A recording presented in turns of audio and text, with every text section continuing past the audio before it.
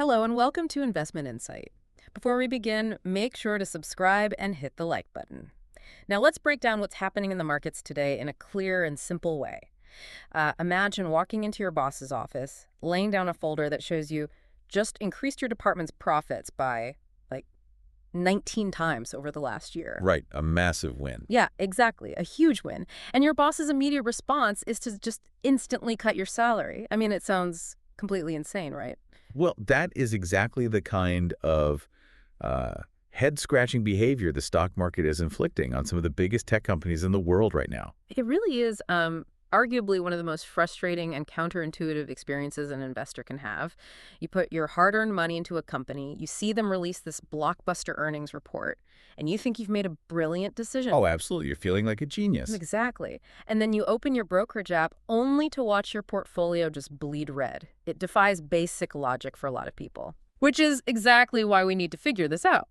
According to the research data and some recent analysis, there is a massive glaring disconnect happening today, specifically in the AI and semiconductor markets. Big time. Huge tech companies are pulling in unimaginable profits only to be met with severe stock market sell-offs.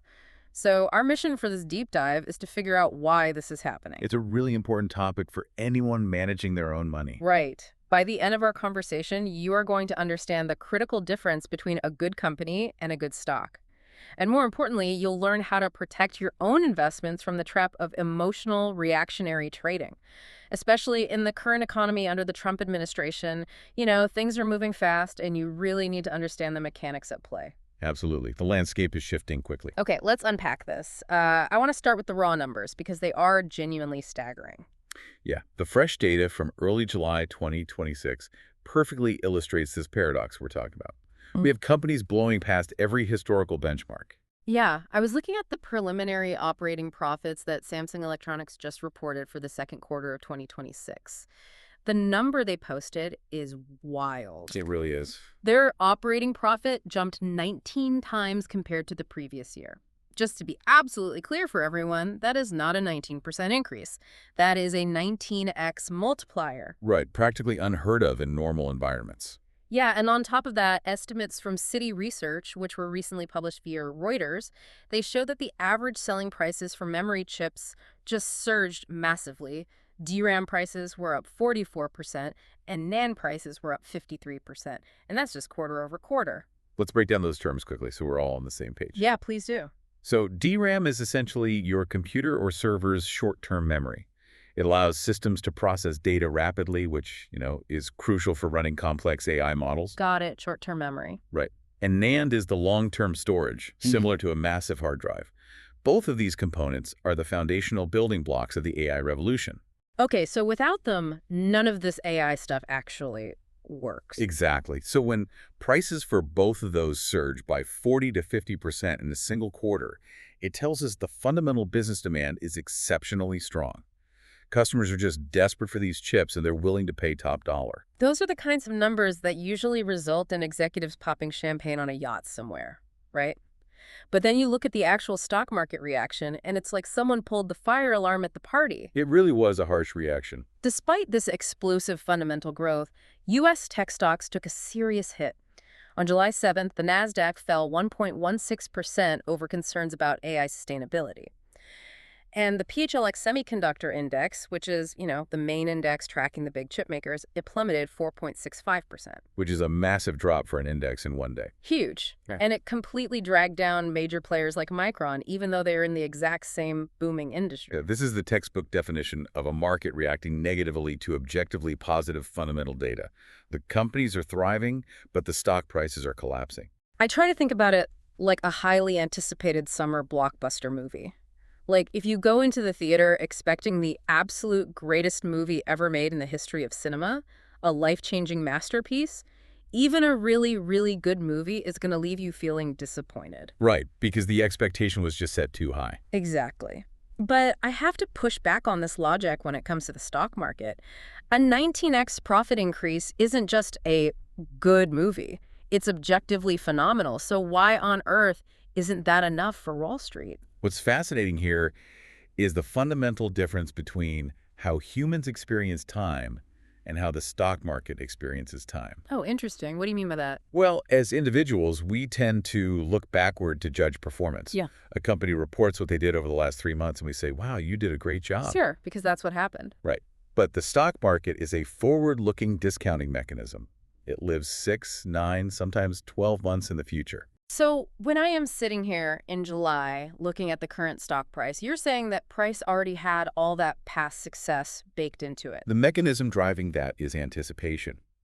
When those semiconductor stocks were climbing rapidly throughout the first half of 2026, they weren't rising because of what was happening that specific day. I were looking ahead. Exactly. Yeah. They were rising because institutional investors had already modeled out those AI memory demands, they predicted the price surges, and they foresaw the supply shortages.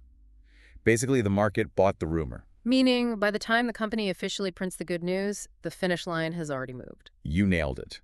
The market isn't reacting to the absolute earnings number in a vacuum. It is reacting to the earnings relative to its own sky-high expectations. Ah. Analysts instantly look past the current 19x profit and start asking, okay, is this the peak? They want to know if price increases for memory chips will begin to slow down in the second half of the year. Will the AI customers stop ordering at this frantic pace, basically? Right. The market is incredibly sensitive to the momentum of good news. It needs to know if the next quarter is going to be a 20x increase, or if the growth is finally decelerating. Okay, so the market is judging these companies against an impossibly high futuristic bar. But that raises a massive question, like, who exactly is setting this bar so high in the first place? That is the million-dollar question. Right. To understand that, we have to step away from the corporate spreadsheets for a minute and look at the psychology of the people actually buying these stocks. We need to analyze the positioning. We have to look at how much money is crowded onto one side of the financial boat.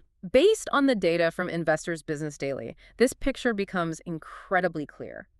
Even after the semiconductor index took that 4.7% dive following Samsung's earnings, the index was still up 74% for the year. Yeah, that's just an astronomical game. 74%. I mean, the reality is everyone and their mother already knows that AI and semiconductors are a gold mine. It is the worst kept secret in the financial world right now. Which creates a unique structural vulnerability. It reminds me of the crowded nightclub analogy. I like this one. Yeah, imagine the absolute hottest club in your city. It has the best music, the best drinks, the best atmosphere. It is genuinely a fantastic place to be. Sounds great. But it is completely packed to the walls. Every single person in the city who wants to be at this club is already inside holding a drink.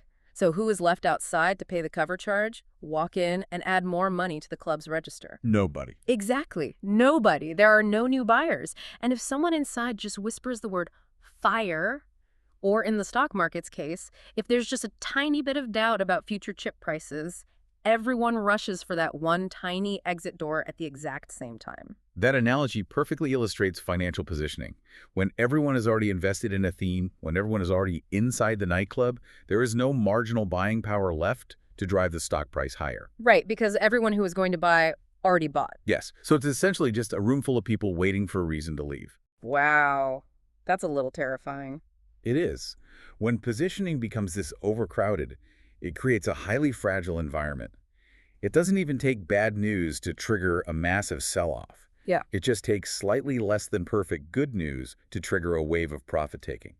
Because everyone's already sitting on these massive gains. Exactly. This is the classic sell the news event. Yeah. You have thousands of investors sitting on 70 or 80% gains for the year. The moment they sense even a hint of uncertainty about the second half of the year, human psychology just takes over. They just want to lock in the money. Right. Their immediate instinct is to lock in those massive profits and sell before anyone else does. That completely flips how a beginner should think about this. Yeah. As an investor, my primary question shouldn't just be, is this AI technology going to change the world? I need to look around and ask, how many other people have already bought into this exact same idea? That is the crucial distinction you have to make. A great industry does not automatically equal a great stock return. Because the price is already too high. Yes. If the entire market believes the exact same optimistic story, the pool of potential new buyers shrinks to zero, and the temptation for existing holders to cash out grows exponentially. All right, so we've established the nightclub is crowded, And people have their fingers hovering right over the sell button. But what is the specific doubt that is causing them to get jittery right now? Like, why would they rush for the exit today? That comes down to the underlying economics of the current tech cycle. Right. To figure that out, we have to talk about the sheer mind-boggling cost of the AI revolution. The infrastructure build-out required to make AI a reality is frankly unlike anything we've seen in modern economic history. It requires staggering amounts of capital. Yeah, I was reading through a recent analysis by Reuters, and the numbers they put out on this AI spending spree are hard to even wrap my head around. Big tech companies, we're talking Amazon, Alphabet, Microsoft, Meta, they're expected to spend over $700 billion on AI infrastructure just this year. It's massive. That is 700 billion with a B. And Amazon is actively fueling this fire. The data from early July noted they were pushing a $25 billion corporate bond issue, which came right on the heels of securing a $17.5 billion loan facility back in June. And all of this debt is specifically to support their AI investments. Let's contextualize that a bit. Capital expenditure, or CapEx, is the money a company spends to buy physical assets. In this case, massive server farms, heavy cooling systems, and millions of semiconductor chips. The physical stuff that makes the AI run. Exactly. When companies like Amazon are taking out tens of billions in loans just to keep building, it proves they are fully committed. They believe AI is an existential race, and they are not backing down. But the data also shows that the stock market needs to see more than just companies throwing money into a furnace to keep this rally going. They want results. Right. Analysts are looking for three specific things: the long-term sustainability of this AI spending, strong corporate earnings expectations to back it up, and the path of the Federal Reserve. And here's where it gets really interesting. The market isn't doubting the AI technology itself. They're starting to seriously doubt the timeline. If we connect this to the bigger picture, you can see a distinct narrative shift happening in real time. How so? Well, for the past year, Wall Street rewarded companies simply for announcing that they were investing in AI. The only question that mattered was, how much are you spending? Just buy the chips, ask questions later. Right. But now, the honeymoon phase is over. The tone has shifted to, show me the return on investment. It's like deciding to build a state-of-the-art commercial bakery. You go to the bank, you take out a massive loan, and you spend an absolute fortune outfitting this place with robotics, the most advanced ovens, premium ingredients. I mean, it's awesome. The best bakery in town. Sure, but eventually that bank manager is going to knock on your door and ask exactly how many $3 cupcakes you are actually selling to pay off that massive debt. That's a great way to look at it. And the semiconductor companies, well, they're the ones selling the ovens in your analogy. Okay. Building all these data centers is incredible for chip makers in the short term because it creates a bottomless demand for their products. Which is where that 19x profit came from. Exactly. But institutional investors are looking 2 or 3 steps down the road. They're starting to worry that the CapEx spending is so massive that the payback period for these tech giants might take much, much longer than initially anticipated. So they want to know when the $700 billion is going to translate into actual usable cash flow and higher profit margins for the Amazons and Microsofts of the world. Right. The fear isn't that AI is a bust. The fear is that AI is incredibly expensive, and it might take a decade to see a real return on that investment. Yeah, that makes sense. And here is why that matters to your portfolio. When that specific fear creeps into the market, it doesn't just isolate one company. It shakes the entire ecosystem. So everyone feels it. Semiconductors, the utility grid companies supplying the massive amounts of electricity, the data center real estate trusts, cloud software stocks, they all wobble together when the ROI timeline is questioned. Wow.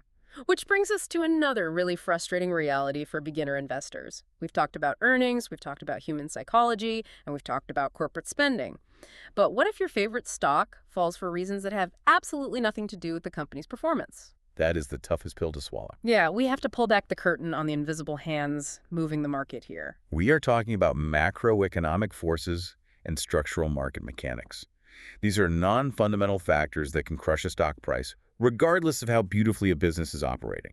The research highlights a few major external forces. First, there are interest rates. Then we have exchange rates, because foreign investors need to translate their returns back into their local currency, meaning a strong US dollar can completely change their profit math. Right, currency fluctuations play a huge role. And of course, leverage and options trading, where people basically borrow money to get on stock movements, which can cause these wild price swings.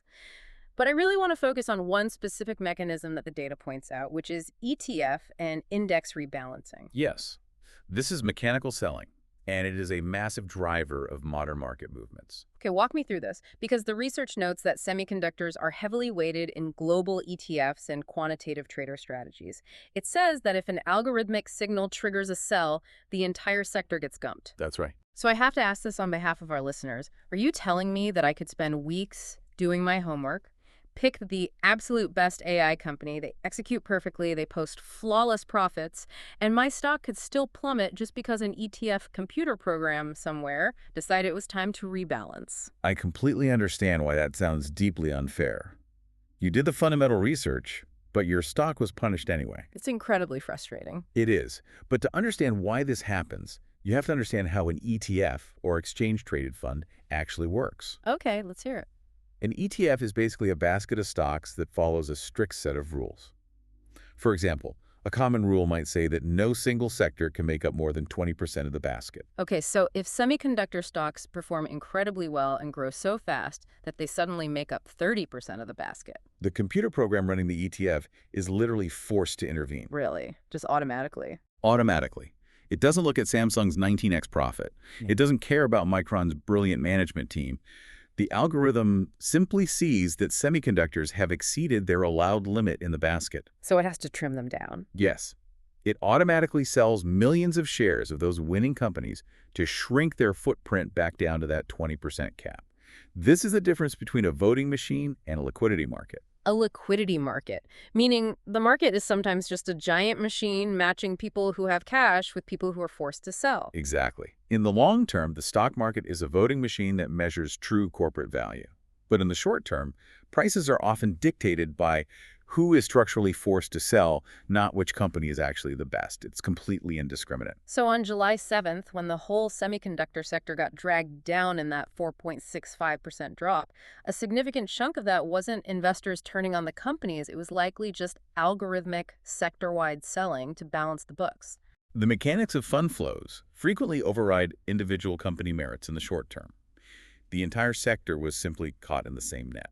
Okay, so let's summarize the battlefield here. We have a crowded nightclub of investors, impossibly high futuristic expectations, a $700 billion capex bill that needs to be paid, and giant robotic funds indiscriminately selling our stocks. It's a lot to navigate. It really is. So what does this all mean for me? How does a normal, everyday investor survive this chaos without losing their mind? Let's get into the investor's playbook. The single most important skill you can develop in moments like this is emotional regulation. Easier said than done, right? Totally. But when you see your stock drop, despite fantastic news, there are two major psychological traps that beginners fall into. I think I can guess the first one. Getting defensive, like stubbornly buying more shares on a red day because you convince yourself the market is stupid and I am right. Exactly. Averaging down out of spite. Yeah, and trap number 2 is the exact opposite. Panicking, assuming you missed some terrible hidden news, and just selling everything at a massive loss. Blindly averaging down, or panic selling. Both are incredibly dangerous because they are driven by a rush of adrenaline rather than cold, calculated analysis. So how do we avoid that? The first actionable rule to protect your portfolio is very simple, yet very hard to execute. Do not make structural portfolio decisions on the day of a massive sector-wide drop. So just close the laptop and go for a walk. Precisely. On the day as a major sell-off, the market is entirely driven by psychology, positioning, and that mechanical ETF selling we just talked about. It's all noise? Right. It has nothing to do with the fundamentals of the business you own. You have to let the dust settle before you can see clearly. The research we looked at suggests a really practical exercise to help with this. It advises writing down exactly why you hold a stock. And not just vague platitudes like, because AI is the future. That's way too broad to be useful in a panic. You need a highly specific, fundamentally grounded thesis. Right. Let me translate the examples from our data into plain English for the listeners. If you hold Samsung, your written thesis shouldn't just be AI chips. It should be based on their high bandwidth memory, or HBM. which is critical for AI. Right. Think of HBM as a 100-lane superhighway for data, which AI data centers desperately need. Your thesis is that Samsung is cornering this market, and they are also fixing their manufacturing delays, which the industry calls reducing their foundry deficit. That's a solid, measurable thesis. Yeah. Or, if you hold Micron, your written reason could be that they have ironclad long-term supply contracts that guarantee a price floor for their products. By physically writing those specific reasons down, you create a diagnostic checklist for yourself. And when do you use it? When the stock market has a terrible day and your portfolio's deep in the red, you pull out that piece of paper. You ask yourself, did the fundamental story I wrote down actually change today? Did big tech customers cancel those long-term contracts? Exactly. Did the company announce that their manufacturing lines broke down? And if the answer to all of those questions is no, then the drop might just be that ETF rebalancing or interest rate panic we discussed. This raises an important question, though. If your checklist holds up, the fundamentals are completely intact, and the drop is purely a psychological reset, how should a long-term investor actually view that red screen? It sounds like a clearance sale, an opportunity to buy a great asset at a discount. It absolutely can be. But even then, you don't want to jump in all at once with your entire cash reserve. Pace yourself. Right. The most prudent strategy is fractional buying over time. If you diagnose that the company is still exceptional, you slowly accumulate more shares at these better prices. But you must constantly remind yourself of the golden rule. You have to separate a good company from a good stock. Right. The good company is determined by the industry, their actual earnings, their technology, and their revenue growth. The good stock is entirely dictated by the price you pay today and the wild expectations baked into that price. A genuinely world-changing company that you buy at a wildly overpriced valuation can still turn out to be a terrible investment. Because market sentiment and investor positioning can flip in a single afternoon based on a single headline. But corporate fundamentals, real tangible earnings growth and infrastructure, returns. Those take financial quarters, sometimes years, to fully play out. It's a marathon, not a sprint. Exactly. As an investor, your job is to bridge the gap between the market's manic speed and the company's actual reality. That is such a crucial perspective to keep in mind. We've spent this time looking at these sudden stock drops as something terrifying, like a glitch in the matrix where incredible news somehow equals a bleeding portfolio. But I want to leave you with a completely different way to frame this. I'd love to hear it. What if this psychological reset, this painful shaking out of all the overly hyped expectations, the crowded trades, and the borrowed money, what if that is actually the healthiest possible thing for the long-term survival of the AI boom? That's a fascinating way to look at it. Right. What if a stock market that occasionally stops to ask tough questions about ROI and valuations is much, much safer for your hard-earned money than a market that just blindly buys anything with the letters A and I slapped on it? A market with discipline is always safer. Exactly. Don't forget to subscribe and hit that like button.